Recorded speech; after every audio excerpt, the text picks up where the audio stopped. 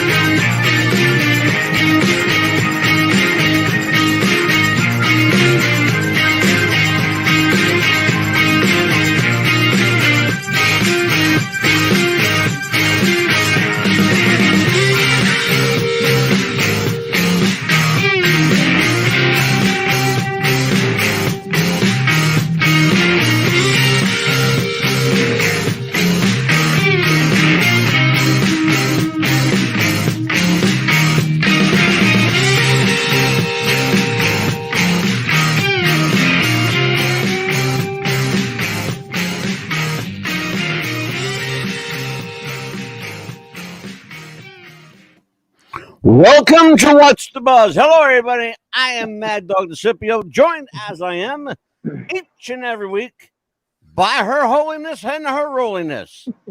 What are you laughing at me for? Amelia, the Pitbull Chapman. How are you, Amelia? I've been wonderful. How are you? I'm fabulous. Look at me. Don't I look terrific? Absolutely. Oh, I got to show you something. Check this out. New cup. Oh, I like that. That's called the Mega Cup. Yep. That's 2.5 cups of pure protein, baby. Well, no, actually, pure caffeine, I should say. There you go. Good stuff. We got a special guest with us tonight, Amelia. Yes, we This do. is a guy, and I want to tell everybody, this gentleman who joined us tonight, he looks like a nice guy. He looks like the guy next door. Laughing at me already. He's already laughing at me. That's funny shit. His name is Carver Pike, and he has a rather unusual vocation. He writes horror and dark fantasy. Yes. Amelia is the young lady that turned me on to this crazy person. I thought he was a nice guy, and I read some of his stuff on him. He's got some problems. Maybe you want to go see somebody tonight. Look at this. We already have somebody in the chat room. He's been a Facebook friend for a very long time. Hello, Donna. Hi, Donna. How you doing, kid? Thanks for joining us. I can see the Carver's awesome. I agree, Donna. He is awesome because he's been a Facebook friend of mine for many years, and I have followed him because of his books. They are great. Well, I can tell you what. I was going to, Amelia, every week I do a stellar job of introducing everybody. But you know what? Carver Pike is a writer, and he wrote an amazing introduction of himself. Yes. That I'm going to share with everybody. Please. It says, "Hello, my name is Carver Pike. I am a 2-time Splatterpunk Award-nominated author." We're going to find out what the fuck Splatterpunk is tonight, because I've never heard of it, and I can't even pronounce the goddamn thing. I am one of the 4 co-hosts behind Written in Red podcast. I'm guessing that means Written in Blood. And I host my own YouTube show called First Chapter Freakshow. I want to be a guest on that fucking show. I want to be there because I got a fucking freak show story to tell you, brother. I read other authors' books and talk about the world of indie horror publishing.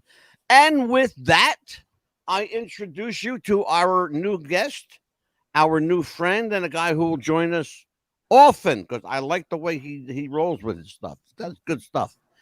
He's a young guy, but he writes like a guy that's lived 100 years. His name is Carver Pike. I introduce him again. Welcome, Carver Pike. Thank Welcome, you, Carver. man. How are Thank you, you. young man? I was rocking out to your intro music and having a blast reading all the tiles and stuff, and that you're sponsored by Manscaped and my balls will thank you. I thought that was pretty funny. Yeah, that was actually my spot. Yeah, I did that commercial. I remember, and they're still a sponsor, by the way. Mm-hmm. I felt like I was a wrestler walking out to my theme music. Yeah, your balls will thank you. Your friend Donna says that he was robbed. He should have won. Okay, so I need to ask you, what's the Splatterpunk Award? What the hell is that all about? I think the Splatterpunk Award would be a whole different award show. Okay, what is this? What's it called? The Splatterpunk Award? Oh, Splatterpunk. What the hell's the Splatterpunk Award? So the Splatterpunk Awards is actually a mix now of Splatterpunk and extreme horror. It's given out at the Killer Con, the horror convention that's done every year in Austin, Texas. It's coming up this year in August. So it's one of the major horror awards that they do every year. And my book this year, The Maddening, which is the 5th and final book in my Diablo Snuff series, is nominated this year for Splatterpunk. So I saw that. not a Splatterpunk. Yeah. Well, you know what happened? I'm not an author, and I wrote Splatterpunk on my script. So now I also would like to be nominated for a Splatterpunk. So that's my next. There you go. My next goal. That's the newest award. I give you that word freely. It's public domain now. Yeah, that's your next book. Copyright it, and Splatterpunk becomes yours. Yeah. So let's talk about the world of horror. I will be honest with you. One of the reasons I wanted you here is, first of all, Amelia turned me on to who you are and your work. Thank you, so Amelia. I did some you're independent. welcome. Oh yeah, she loves it. She's been a friend of yours for how long on Facebook? A couple of years now. More than that, actually. I said you have to. I said you have to read his know. books. I said you have to look at Carver Pike. Yeah, but you know what, Amelia? I didn't know that this young man was this accomplished. Yes. I had to have him find out for himself. Well, we're going to find out tonight. So here's what we're going to do. I want to talk to you a little bit about, your inspirations. Some of the people and I'm a little older than you. Some of the people I grew up reading were like, Clive Barker and, of course, everyone, Stephen King, Dean Koontz, Bram Stoker, of course, was, legendary horror writer, Mary Shelley, Annie Rice, Interview with a Vampire. And then there were, of course, the classics like Edgar Allan Poe and Ray Bradbury, and William Peter Blatty, Shirley Jackson, H.P. Lovecraft. These are just as a partial list of some of the greatest horror writers of all time.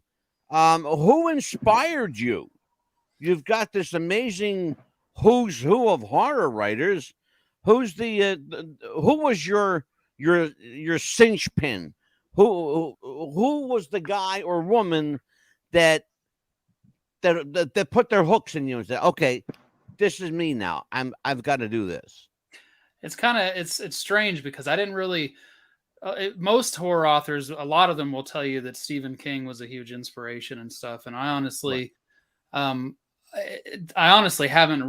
read that much Stephen King. I mean, I've read a couple of his books, and most of that was later on in life. When I was younger, I had kind of a rougher childhood and stuff. And a lot of the books I picked up, I'd get them at Goodwill or something like that, or at the library. And I read kind of like a hodgepodge of books, just random shit I picked up here and there, mostly judging books off the cover. I read, I want to say I picked up like R.L. Stine and Christopher Pike and stuff, but way before like Goosebumps and stuff like that. Yeah. I mean, before he was even doing that kind of stuff. So it was like The Babysitter and things like that, his books. And kid books like what's scary stories to tell in the dark and stuff like Oh, that. yeah. From the kid as a library, from the Oh, as sure. a kid from the library. And then I would start picking up stuff like the Ed and Lorraine Warren books and all the demonologist kind of shit like that. Just really random shit. I mean, I can't tell you any one author from a young kid that I was reading because it was all just random shit. In fact, I find books still to this day. Sometimes I'll pick up a book to read and I'll be like, oh, I read this already. I didn't even know who the author was at the time. Yeah. Like there's a book called Death Instinct from Bentley Little. Yeah. That if you've never read it, it's fucking sick, man. It's like about this killer that's just fucking everybody up in this town, but in really sick, gruesome ways. Yeah. Like I remember this scene where these people are walking out of a movie theater and this razor wire just whips across and like cuts them in half. And it and it's well, I don't want to spoil it for you, but it's just, I know the book. Yeah. So I read this and I know the author. And I couldn't tell you at the time who the author was. And later on, I found Bentley Little, and I just loved Bentley Little. Yeah. And I went to pick up Death Instinct, and I was like, I've never read this one. I started reading it, and I'm like, holy shit, this is that book I read as a kid. Like, I didn't even realize I'd already read it because I didn't really cling to one author at the time. I was just reading whatever I could get my hands on. It's interesting. You bring something up that's fascinating. A lot of what we read in horror makes its way into horror. Has always been considered a fringe genre. We should all agree on that. Yeah. But it's interesting how horror, as of the last, I'm going to say relatively recent, meaning the last 20 years or so, how horror has made its way into big time into the mainstream, where it was once considered a fringe element. It's now almost not only just the norm, but it's the predecessor to the norm. Yeah. Look around on television, film, cable, internet. The amount of horror is just permeating anything scripted, anything reality, anything nostalgic. We had a show, in fact, we talked about it before we went on the air. We had a show 2 weeks ago. I had 4 of the hottest indie horror directors in the country with me. And it's amazing how much horror is out there. These guys, between 4 guys, they did 140 movies. Good God. That's what I'm saying. And just as proof of what I'm saying, Carver Pike is a young guy, probably not yet 40, because you look like a baby. 43. 43. Okay, so I wasn't far off. But you have a situation here where a guy in his early 40s has already written in excess of 30 books. That's my point proven. So for a guy to write more than 30 books and have the better majority of them, I should say the most of them, the majority of them published, you got to be doing something right, and you latched onto a market that's hot. So I'm going to let you tell me what it was and how this snowballed to where you are. Well, I mean, I actually started out writing erotica, actually, romance and erotica. Oh, I love. Well, actually, I'll rewind even before that. Actually, no. I started out writing dark fantasy, and somebody read it, a friend of mine, and said, you should try erotica. Like, your style would work really well in erotica. That's where to go right now. 50 Shades of Grey is hot and all that kind of stuff. That's where the money is. So it kind of started out as a dare, and I wasn't taking it seriously, honestly, at first.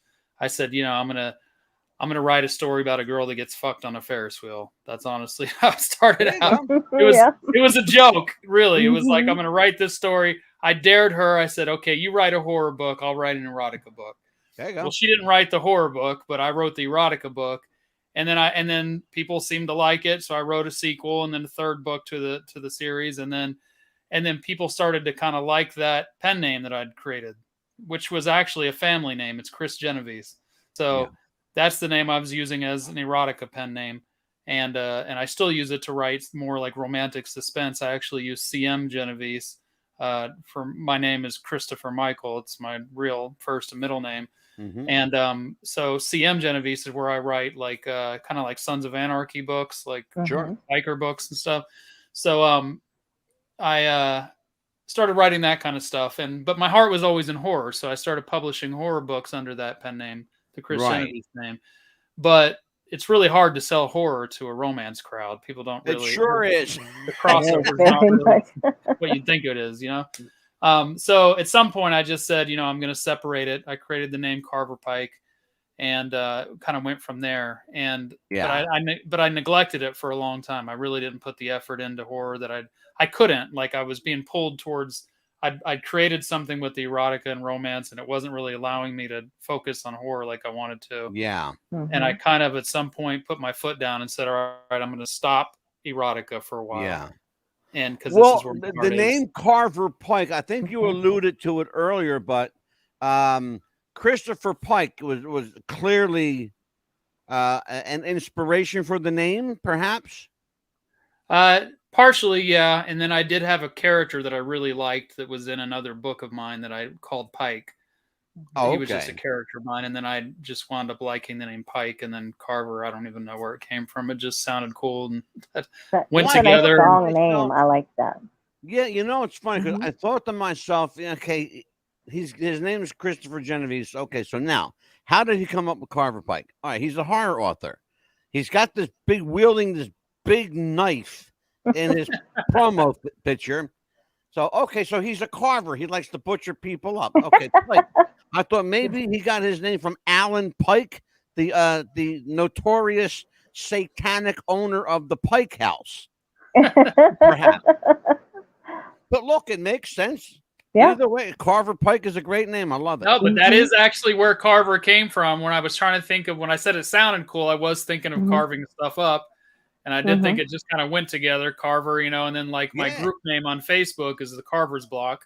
So I just thought it's, so it all kind of came together, and that's where my focus went. And that's where I'm spending most of my time. I really just, beautiful. I mean, people call me Carver now. It's more like a nickname than a pen name, really. So it's like, I mean, that's what people have been calling. I tell you what, man, I got a young lady here that's, she's jumping to ask you some questions. Amelia, ask away.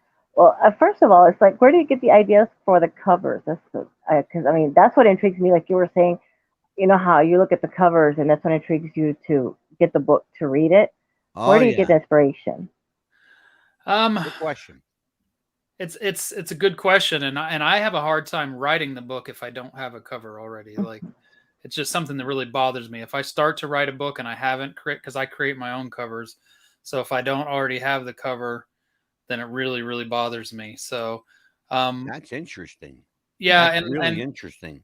And I'll be the first to admit that my covers probably need some work. I do need to work with cover artists, and I love them actually. That's what intrigues me. Well, it's interesting, Amelia, that Carver says that, because we're going to, that we love to play show and tell on the show. And I put together a slideshow of some of Carver Pike's greatest hits. So, it's show and tell time. Yay. What I want to do, you know what? But Carver, you have a point there. I spent a lot of time in the music business, and I know a lot of musicians. I know people who can't write a song unless they have a title first. Yes. And I know people that write a song and then come up with the title after. I can't write a poem unless I have a title first.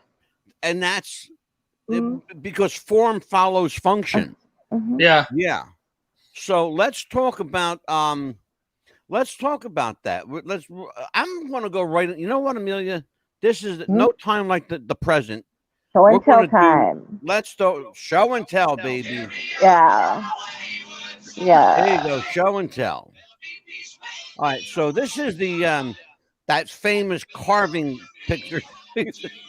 Oh my God. I did not create that cover. A friend did, because that was part of a series that I was in with other authors. Talk to me about the title here, Quills and Daggers. I like that title. All right. So the collective was actually a series with other authors that I was in, where it was me and 4 other authors, I believe. Yeah, Right. because there were 10 books in the series, so there were 5 of us in total. We each wrote 2 books, so there were 10 Okay. books in total. Our 2 books had to be a standalone story.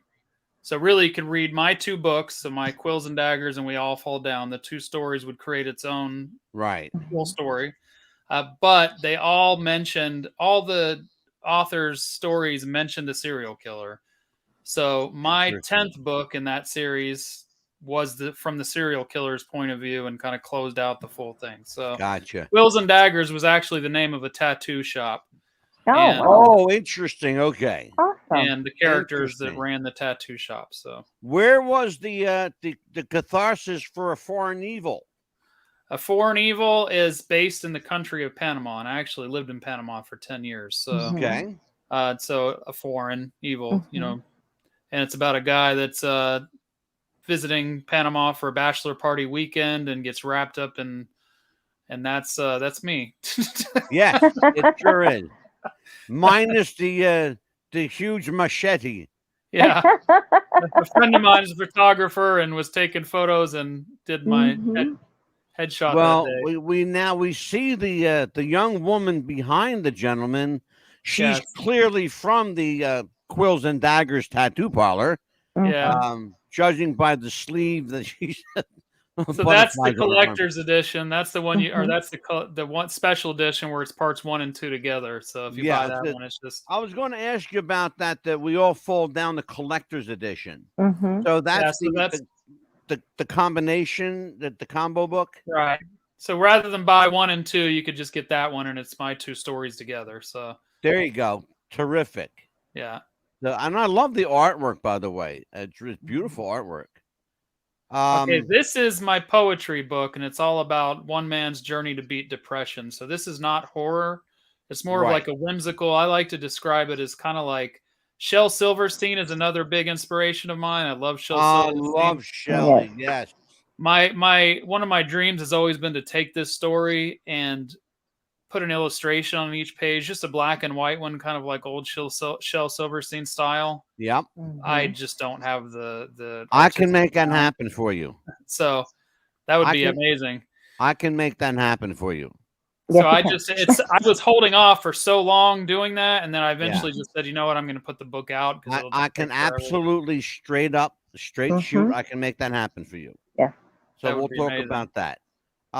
Let's talk about and I like this title. In fact, it's a fascinating title. Discovering Ivy in a Charcoal Cave. Where did the title one thing that you'll find out about me, Carver, I love getting into people's heads because your title tells me a lot about who you are. The title of a book tells me a lot about the guy or woman that wrote it. So where did that come from? Discovering Ivory in a Charcoal Cave. Well, first of all, I suffer from a lot of depression myself. So this was kind of my own, my own way of kind of beating it. Okay. It's told. God bless you. Each chapter is its own poem, basically. The entire thing is one long poem. So, okay. And so discovering Ivory, it's about a man whose wife passes away, and this clown, really a mime, that takes him through this kind of whimsical journey, teaching him lessons on how to beat depression through the entire book. And his wife's name was Ivory. She passed away, so it's him trying to get through the depression of losing his wife. Right. And so it's kind of like him trying to find the light. So discovering Ivory, in a charcoal cave would be. I like it. So I like it a lot. Now, Faces of Beth, that's my new one. Yeah, I want to talk about this because it is the new one, and because I've got some questions about the artwork on the cover. Faces of Beth clearly is either a ripoff or a tribute to Faces of Death. Right. It's a tribute. It's kind of a tribute. You can see even the font is the same or very similar to what. Very similar. Now, I got to be very careful with what I say about it because I don't want to give away some of the twists in it. Now, I think the cover and the title and stuff, and even the blurb, kind of give you a hint of what's going on in the book. Yeah, but you yeah, I kind of got an idea what was happening. I don't want to go into it too much because it is the new one, and I want people to buy it and download it and whatever you can do to it. Grad night. I've heard a lot about this. In fact, I spoke to somebody who actually has a paperback edition of this book. Oh yeah. And so let's talk about Grad Night. It's one of your early works. I wrote this when I was a teacher over in Panama. I was teaching high school, teaching English as a second language. Right. And this is actually about high school students getting revenge on their teachers on a grad night party. And it's sick. It's twisted, but it's like, you know, each student has their reason for why they're doing it. And it's funny because I mentioned this at the Scares That Care AuthorCon convention I was at a panel I was on. I mentioned how as I was writing it, originally I just wanted to write a sick book about kids getting revenge on their teachers. But as I was writing it, I actually discovered these kids' reasons for why they were doing it. Like each one came to me. I even asked Alexa, I said, tell me about Carver Pike. Alexa, and she actually mentions that book when I asked about you. I've never done that. That's for I'm gonna have to do that. That's I said, cool. Alexa, tell me about Arthur Carver Pike, and she mentions you, and she says she's also well known for the book. You should do that. I do that all the time with me, with my show, with you know, with you. You know, I tell talk to Alexa. I go, Amelia Pitbull Chapman. Amelia Chapman is the co-host of Wrestling with the Future podcast. It's funny shit to hear that. Yeah. That's pretty cool. Let's talk about this one, Carver. Passion and Pain. This is also part of the Diablo Snuff story. Yeah, so that one, I was part of a group called the Romance and Erotica Authors Fraternity. So it was a bunch of male authors in a romance group. And we were writing an anthology together. The only rule was it had to revolve around this fraternity, this fictional fraternity. Right. So it was all romance books. I wrote one as Chris Genovese. It was about this guy that falls in love with this girl. He meets her. She's like a violinist and stuff. And one of the authors, he pulled out of the anthology. He couldn't write his story. He was too busy or something. So I said, well, why don't I take his place and write the 10th story too? I'll do it as Carver Pike and I'll just fuck my first story up. So how about I just take my first couple and Carver Pike it? You know what I mean? Just like show what happens when a horror author gets a hold of that couple and just so the first story is called. The first story is called about that. That's an interesting. That's a really, really interesting dilemma you bring up, and people don't realize what Carver just said. I want to kind of like give you a little heads up because I go through it myself. Doing the show, and because of who you are, you write as Carver Pike, but there's also another person inside you named Chris Genovese. Okay. When I do the show, I'm Mad Dog DeCipio, but Angelo DeCipio isn't far off. Okay. How do you know when to turn on Carver? I don't know. It's funny because now it's not so easy to hide Carver because even in my romance stuff, he starts to seep out. Like I'm actually writing a story now with my wife because she's also an author, and we're writing a book together. And I wrote the first chapter, and it's a biker book, and it's right in the beginning. I start talking about creepy clowns in this room, and stuff. And I was just like, there we go. I'm already like slipping into Carver mode, like. And I'm supposed to be writing as Chris Genovese, but that's kind of why I created that CM Genovese, that middle ground. And with the biker books, you'll notice Donna's read all my books. She's like the most amazing reader I have. I mean, she's also an author, and she's a badass author too. Donna, that's in the chat. Carver, anything that's got creepy clowns in it, I'm all for. No, he knows why he said that. No. Anything that'll freak out Amelia is all good with me. Just don't turn it into a movie. Thank you. Donna's read my CM Genovese stuff, and she just said, yes, I have. And she can attest that even my CM Genovese stuff has some Carver Pike in it. I mean, they all have some kind of creep factor to them. There's something, like the bad guy in those stories is a religious group that like a cult. Where it's pretty sick. I mean, there's some like there's a character called the Knock Man that wears a bag over his head, and he comes to collect the taxes at your door. And if he knocks more than 3 times, Mhm. you know, you're basically a goner. You know, like Oh, you don't leave him knocking on your door, kind of thing. You know, like there's like creepy shit in those books too. I mean, what inspired Redgrave? Redgrave was actually semi-based on a true story. I mean, the story's about a female security forces person, whatever, in Air Force security forces, and she volunteers to work a post where she is up in Alaska, and she's supposed to watch a soldier that's in confinement. He happens to be like kind of a psycho serial killer type person. Well, I was a security forces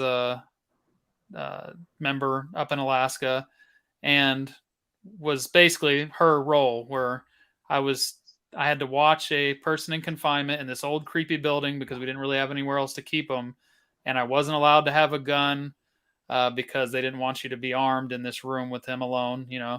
So I had to stay overnight, a couple of nights in a row, with just a flashlight and peek in this little window and make sure he was asleep. Yeah. And then check every hour, check all the outlets, the electrical outlets, make sure they weren't on fire or anything like that. Right. And, you know, of course, me being me, I sat up and watched Texas Chainsaw Massacre and shit on the TV and stuff, and scary movies, and creeped myself out all night, you know. Really, he didn't do anything but sleep all night, but it was still creepy looking in the little window. So, you know, I conjured up this story, but of course the book is way scarier, and shit happens in the book that didn't happen in real life. But the idea. I'm looking at a book cover here that's clearly a scalp of hair loaded with head lice. That is my parasitic head lice story. Yes. Talk to me about scalp, my friend. These head that one lice, got a lot of good reviews. I remember that one when that one came out. People either love it or won't read it. Oh, that one everybody wanted to read it. Anybody that reads it seems to love it, but oh yeah, I remember so many people. A lot of people won't read it just because they don't want to read head lice. Yes. Yeah. You know? That's got a horror written all over it, brother. Yes. Anything that's got like creepy crawlies in it, I'm down with it.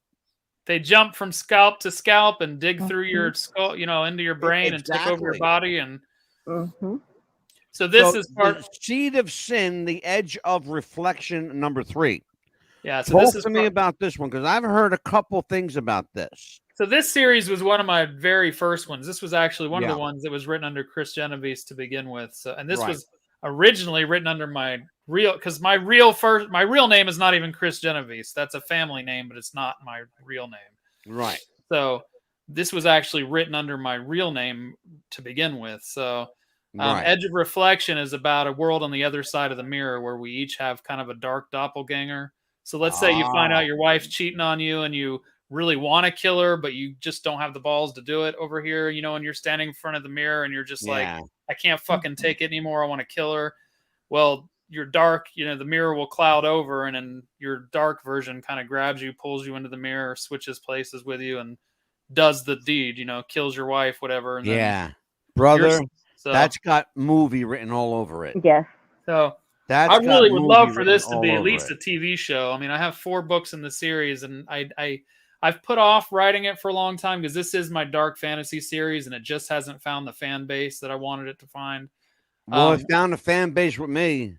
I know. I know that it being my first series, it probably doesn't have the strongest writing in it. I mean, I've definitely developed my skill a lot. Well, better, but don't forget, you know, you were young at the time, and you were, you know, still, you know, kind of feeling who you are. Shadow puppets, scarecrows of Minnow Ranch. Yeah, so that was definitely when I was coming into the horror from erotica. So this is what I would definitely call kind of an erotic horror. It's a woman trying to clean up her house after her mom passes away, and there's scarecrows moving out in the corn and sexual scarecrows. Let's just say, like the red eyes glow. Yeah. Did you read that one, Amelia? Yes. I was like, okay, I don't think I want to be on the field for me. Now, this is also part of the Diablo Snuff series. Slaughter Box. This one was nominated for a Splatterpunk last year. So at the Splatterpunk Award. Okay, cool. Okay, we'll have to check that one out. Let's see what the next one is. What I did was I grabbed a bunch of your titles that looked interesting to me, which means I kind of grabbed them all. So I want to talk about the Fractured Fallen Edge of Reflection 4. So clearly there's a series, The Edge of Reflection. Right. And so each one brings a different element to it. What is the catharsis or the spinning wheel for the Fractured Fallen? What's this all about? It's kind of hard to explain without giving stuff away up to the fourth book, because it's like I said, it's about a dark mirror world. So the main character gets pulled into the mirror. So he spends kind of the first and second book really trying to get back to his world. God, it's really hard for me to explain it without giving away what happens in book 1 and 2, because books 3 and 4 really depend on what happened in book 1 and 2. So it's absolutely. Okay, that's not a problem. Not a problem. You have to read all the books, people, to find out what happened. All the more reason. Buy all the books. All the more reason for people to go buy it. Yes. The Grindhouse. And the Maddening is the one that's nominated this year for Splatterpunk. So this is The Maddening is my biggest book. Where is it? The Maddening is this one. I mean, it's a big. Yeah. Oh, and you're going to have to send a few of those books my way, my friend. Yeah, because I want to bring some reality to these. This here, number 1 in the Edge of Reflection series, Twisted Mirrors. Yeah. So this is what we were talking about. Yeah. So that's where it all begins with the fabulous. I love it. Beautiful. Amelia, questions for our friend Carver Pike. The handprint behind you, is that your handprint? I've been wanting to ask you that for a long time. That is it's not. No, but that's a good idea, actually. I should. Yeah. Just do that was like, I said, that would be like it. And I also I saw that Julie says that Daisy May is your baby, the cat. Oh, God, yeah. Yeah, I saw that on there. I said, yeah. I was not a cat lover at all until I moved here, so. And then. You have a sign behind you that says Haddonfield. That's very noticeable to me. There's a couple of reasons why. I live not far from a real place called Haddonfield that has a real place called Crystal Lake. I'm not even making this shit up. Really? If you think I'm kidding, go on the Google, folks. Haddonfield, New Jersey, Crystal Lake, Camp Crystal Lake. Can't make it up. By the way, for the record, Camp Crystal Lake was the actual real camp used for the Friday the 13th film series. Can't make it up. Go check it out if you think I'm kidding. The reason I'm interested in that is because today I found out I can't tell you who they are yet, but an actor, a well-known actor from the Friday the 13th series will be a guest on our show in 3 weeks. Awesome. That's all I can tell you. I can't wait. Oh, that's cool. I want to tease everybody a little bit. But the Haddonfield sign was very prevalent to me. I want to talk to you, Carver, about what things inspire you, what things used to inspire you as you began, and what now gets you to motivated to write. Okay. And do you have to be in a mind frame to write, or does something have to kickstart it? Does there have to be a catharsis for something to make you write? Not really. In fact, I can't turn it off. It probably annoys my wife to be honest, because I can be anywhere, and I feel like all I talk about is writing, and it's probably annoying to anybody that's not a writer, because it's just like, honestly, we can be anywhere. And like, I was driving down the highway and I saw a truck pulling a camper, and I just immediately blurted out an idea that came to mind. We saw a sign on the side of the highway, and I mentioned another idea that came to mind. And I mean, it's just constantly ideas. And And You have to have pen and paper with you at all times. yeah, are you guys still there? The screen just went to me. Yes. I didn't know. Yeah, yeah. You have to have pen and we're paper here. with you at all times, right? We got you. Is it just me? Yeah. Yeah. All right.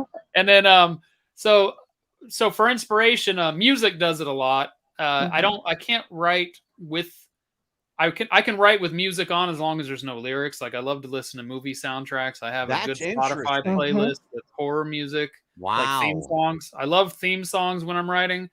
I can't if there's lyrics in it, I tend to start singing along and shit like that, and then I can't concentrate. But music with lyrics inspires me. So when I'm driving around, I like to listen to like rock and darker, like really any kind of music. So Donna Latham wants to know, Carver, why do you still have that creepy mask in your office? I wore this mask on the Halloween show of our podcast, the Written in Red podcast, and she swears that it moves, that it was like she also wants to know if you could show us Daisy. Daisy's out there. I'm not chasing her down. She's out in the house. Daisy's your dog? The cat. The cat. The cat. Daisy Mays. Yeah. And she's a pain in the ass because when she knows you want to pick her up, she'll run and hide. But then she comes around when you're busy and don't want to pick her up. So that's funny. So she'll run if I go out there. Oh. I'm fascinated by literature that translates into film. I'm a visual person. When I read a book, it doesn't matter what kind of book it is, because I've got several hundred books here from people that have been on the show. We have a show here called The Writer's Room. This broadcast is going to end up on the Writer's Room website, as a matter of fact. When I read a book, my mind goes to that big movie screen in my brain. And as I'm reading, I'm creating images, or actually you're creating the images for me. When you write, do you write with that intent in mind to create imagery? I do. In fact, I mean, I've been told that my writing is very cinemascope, I guess was the word used. Yeah. And in fact, like with a lot of my books in the beginning anyway, started out as screenplays because I started writing screenplays. I don't know if you remember that show Project Greenlight that used to be on. I actually know somebody that's the producer of this show. Well, I started out, I bought, based on that show, back when Matt Damon and Ben Affleck were promoting that Movie Magic screenwriter software. Yeah. I bought that and started writing screenplays back when that was a thing, when that software was out. Yeah. So I wrote an ending for Halloween before Rob Zombie started making Halloweens.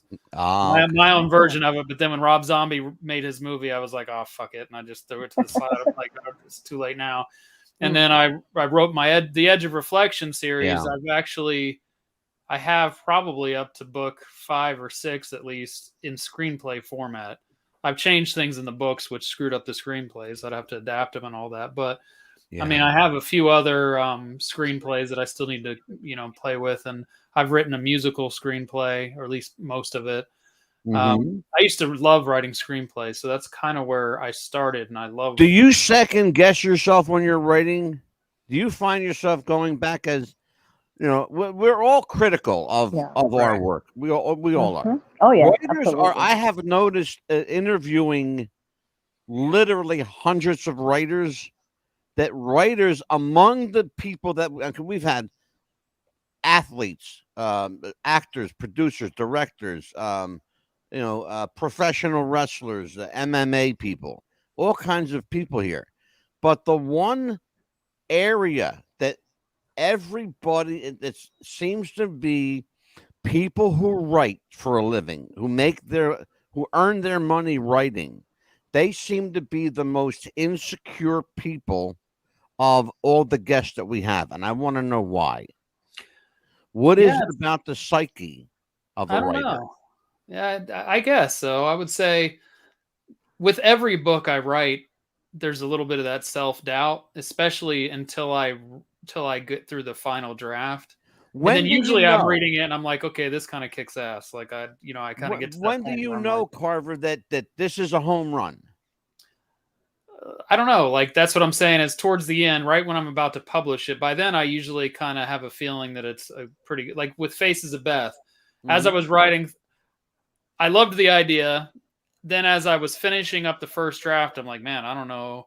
Because I knew I was going to send it to Brian Keene, and Brian Keene is a fucking superstar. I mean, yeah, sure. He's the man, and he was writing the introduction for it. And I hadn't told anybody that yet. And so I was really nervous about it. I'm like, nobody knows this. Yeah. I haven't told anybody. He said he would do it, but he hasn't even read the book yet. So he might read it and say, this is a piece of shit. I don't want to put my name on it. So I've written the foreword to 7 books already. And on all different kinds of books. Everything from rock and roll biographies to psychic books to religious books to you name it. Okay. The hardest thing for me, and it's just me, the hardest thing for me to really do is to be honest with somebody that, because this is their hard work, this is their writing. Yeah. And I don't want to write a review or a foreword of a book knowing that I really don't care for it. And I've done that in a couple occasions because the people are friends of mine. And you don't say no to your friends. Right. Have there been situations in your writing where someone who is close to you said, this is not you? Don't put this out. Don't put this book out. I know you put a lot of time into it, but it sucks. Yes, but they weren't that close to me. They were people that I kind of trusted because they'd read for me and stuff like that. Okay. But in fact, I'm glad I didn't listen to them because it kind of, this is a term I use sometimes. It kind of knocked my dick in the dirt. Like it kind of knocked me down, sure. made me feel like, I mean, I've I was heard like, that one I was before. fucking depressed when they first told me that. I was like, man, this was back when I was writing erotica. But then I didn't listen to him. I actually went ahead and published it anyways, and it turned out to be one of my most popular books. So, because you put your heart and soul into Robert it. yeah, Whitaker I just Johnson. decided, I was like, you know what? It's not for everybody. You know what I mean? Exactly. I want to say hi to Robert because I just see I saw Robert's in here too. I can't see the comment though because It my says, "Hey, Ange, how's bottom it of my going?" screen is. Do you know blocking. Robert? Do you know Robert Whitaker Johnson? You're talking to me? Yeah. Yeah, the name. Yeah. He's a very dear friend of mine. Or I think so. The Going, name. hey, man. If you ever thought of doing a movie, do you see yourself being a part of the movie what? as well? What's that? I don't know, man. I have maybe in a movie I could do something like that. But one thing I've discovered about myself is I can't. I'm not good with public speaking. I can do this kind of stuff and I'm fine. Like I do my own YouTube show, I do the podcast and stuff like that. But one thing I have discovered, even with, it's weird, I can do this kind of stuff and speak and I'm fine. But if I have to read out loud, even live, like on my own podcast, it's funny because I read on my podcast all the time. That's the whole fucking point of the show. I read every single episode. Yeah. But when I had to read at KillerCon, my own book, and I saw that Jeff Strand was there and Brian Keene and other authors that I respect that are been in the biz for a while. Sure. And I saw their comments rolling. I panicked and I fucked up. And I made it and it was a long ass reading. It was like 30 minutes or something. Take comfort, my friend. Take comfort. I almost had a nervous fucking breakdown. Like I can't get up and do. I actually, because Brian was the one doing the panels for Scares That Care, and I actually said, "Man, don't put me up there for reading. Like I can't do live readings. I'll freak out. I can't do like live." Carver, relax, brother. I'll tell you what. You are in good company. Stephen King is exactly the same way. He said he can be in a film of his work. He can go and sit down and answer tons of questions from people. But you tell him to stand up and give a speech or stand behind a podium, he can't do it. No. Yeah. That podium to him is constrictive. He can't stand there. He has to get up. He's got to walk. He has. I saw a speech that it wasn't really a speech. It was a Q&A. But he could literally not stand behind the podium. He had to like take the thing off and put it down and grab a hand mic. They had to get him a hand microphone so he could walk. He said, I can't do this. It was the oddest thing to see. Here's a guy that creates this vision, with his words. He creates these pictures with his words. But he couldn't stand there and talk. Imagine that. But what you're saying is exactly the same thing. Amelia, go ahead, kid. Yeah, sometimes I'm like the same way. I can't just sit there like that and be in a podium. I have to walk around and stuff like that. And sometimes if I write a poetry or something like that, people don't understand what I'm trying to say as well. And it's like, if I write something like if I'm walking down this dark road or dark forest or just nothing but dark trees, and they're like, well, listen to the birds. But you don't understand what I'm saying. There's nothing there. It's dark. There's no birds. There's nothing there. You don't understand. It's just me by myself. They don't understand the concept of what I'm trying to say. And they're like, well, you write dark. I was like, well, yeah, that's the point. Yeah, exactly. I can do panels. Like it scares the care. We did a panel and I can answer questions and talk all day long and I'm fine. But there's something for me about having to plan and read off of like a teleprompter, read off a screen, a PowerPoint. And remember details or read from something that and I talked to Mary San Giovanni, who's also a very well-known author. I talked to her because she had a reading at Scares of Care, and she was telling me that it might have something to do with like the cadence of reading, like the breathing that goes along with it that makes it difficult. And that's probably it too, because I've noticed that my breathing gets weird when I try to read. I focus more on my breathing. It's like I don't think about my breathing when I'm talking, but when I'm reading, you do think about when you should take a breath. Like, Robert, right, make it to the end of the sentence. Question. We have the question from the chat room. He says, do you come up with the idea for a book or a movie, or is some of their ideas for movies and books based on real life? And that's a great question. How much of your work is inspired by things that you've seen, witnessed, or know about? I would say that the ideas are always fictional. I think pretty much all of them are fictional. Except for what I told you about with Redgrave, probably. That was mostly kind of loosely based on real life, other than the fact that it was like a killer. But most of the ideas are fictional, but they're in almost every book, there's something true in it, or at least a part of me in it. Like, for example, Slaughterbox, that's one of the Diablo snuff books. The book is fictional. It's about a guy that takes this girl on a date to a theater that's run by this evil entity called Diablo Snuff, and this entire movie theater is a fucking slaughter box.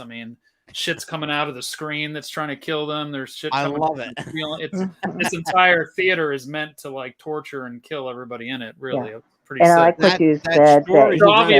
Obviously, I haven't gone to a movie theater where everything's trying to kill me. It's fictional. Well, actually, that story is very reminiscent of a film I saw many, many years ago called Midnight Matinee.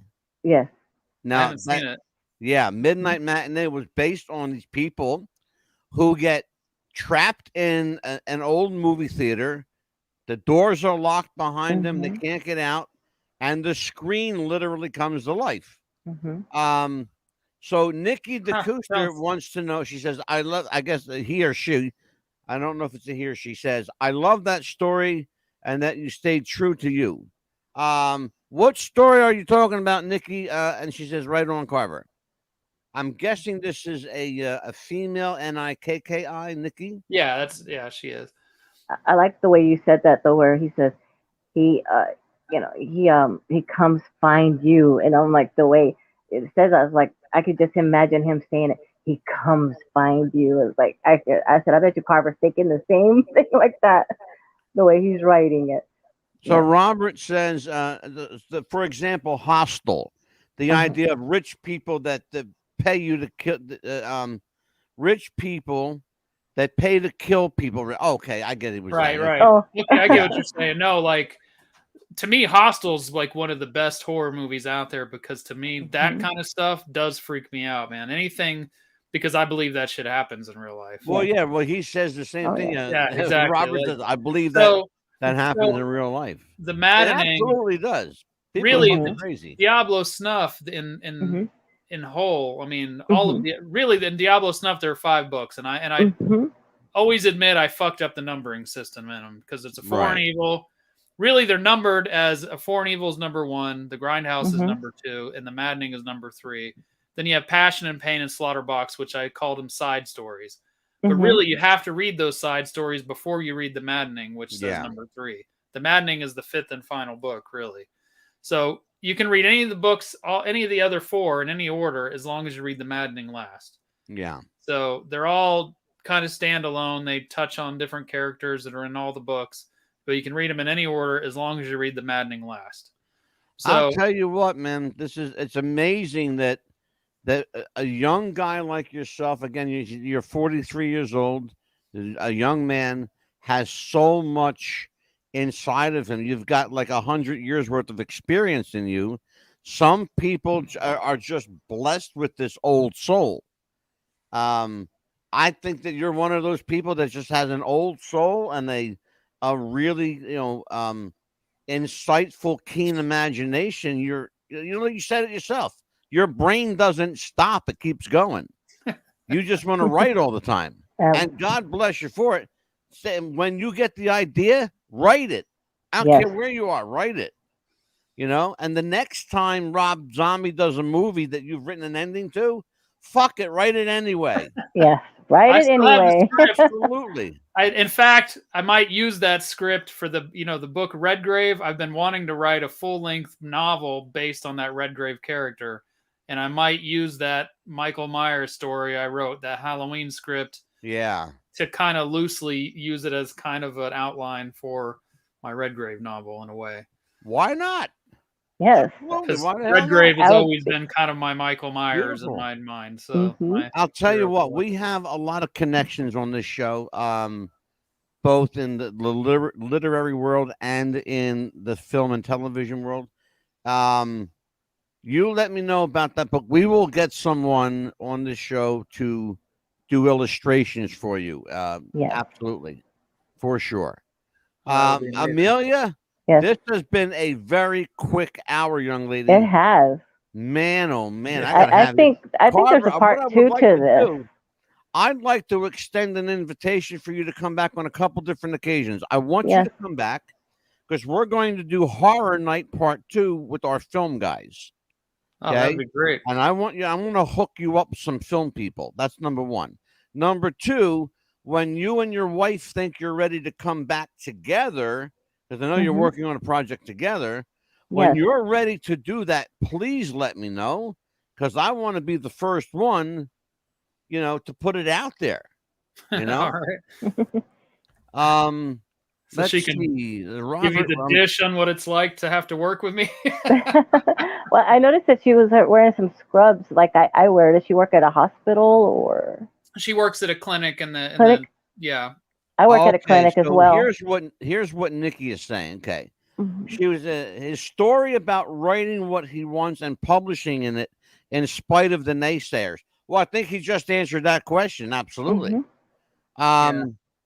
Robert says, does it fuck you up mentally sometimes coming up with these ideas? ? How does it represent you as a person? Very good question, Robert. Very good question. And that's where we actually kind of touched on that question earlier. Where does Mr. Genovese stop and where does Carver Pike pick up? There has to be a clearly defined separation point, it's what they call point 0. Yeah. Where the human being has a life to live and has a wife and dog and or cat, whatever the case is. And then the author is his own character. Yeah. For example, Amelia and I, when we're on the show, we are the pit bull and the mad dog. But if I became mad dog 24/7, I'd end up in jail somewhere. Because I get away with shit on this show that I can't get away outside my front door. My suspicion is that Carver Pike gets away with a lot of stuff that the Christopher Genovese doesn't. Yeah, well, that's what I was going to say, that the places where I've grown up and stuff like that. I mean, you didn't let people get away with shit. I mean, when they talk shit, I mean, you smacked them. You know what I mean? Things you Exactly. kind of off with your attitude fast. And I've noticed it's funny because I've been out of the country for 10 years, and you know, I had a hard time kind of keeping my temper under control and stuff over there. Yeah. And being back, I've noticed things have changed a lot. Like you can't really just crack off like that with your temper. And stuff Yeah, like I know, right? And so it's funny because I think having Carver Pike and stuff has kind of calmed me down because I have been able to like control my temper and stuff a little better now. So I will say that that's a good question, Robert. Thank you for that question. And I think I will say that when I do dive into the horror and I do write, you know, one of my horror books, there is kind of a cooling off time afterwards. Sometimes I want to, like, sometimes I have to because I have a deadline. I might have to write like a romance book or one of the biker books or something.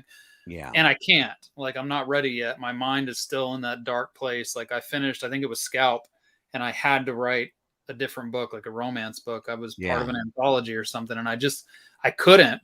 I had to push back that deadline, and I said, I have to write one more book. And I think I wrote Slaughterbox or one of the other books really quickly. I wrote it like in a month or something. Like I wrote another book real fast because I had to get it out of my system. Like I just wasn't ready yet to turn off the horror. You know what? We just experienced that here on the show, as a matter of fact. We did 4 years of professional wrestling, and I just was so burnt out on the wrestling. I said I have to get it out of my system. I've got one more show to do, and I'm going to be done with it. And I said, Amelia, if you can stick with me, I'm going to do one more wrestling show, but we're going to go out with a bang. It's going to be a good one.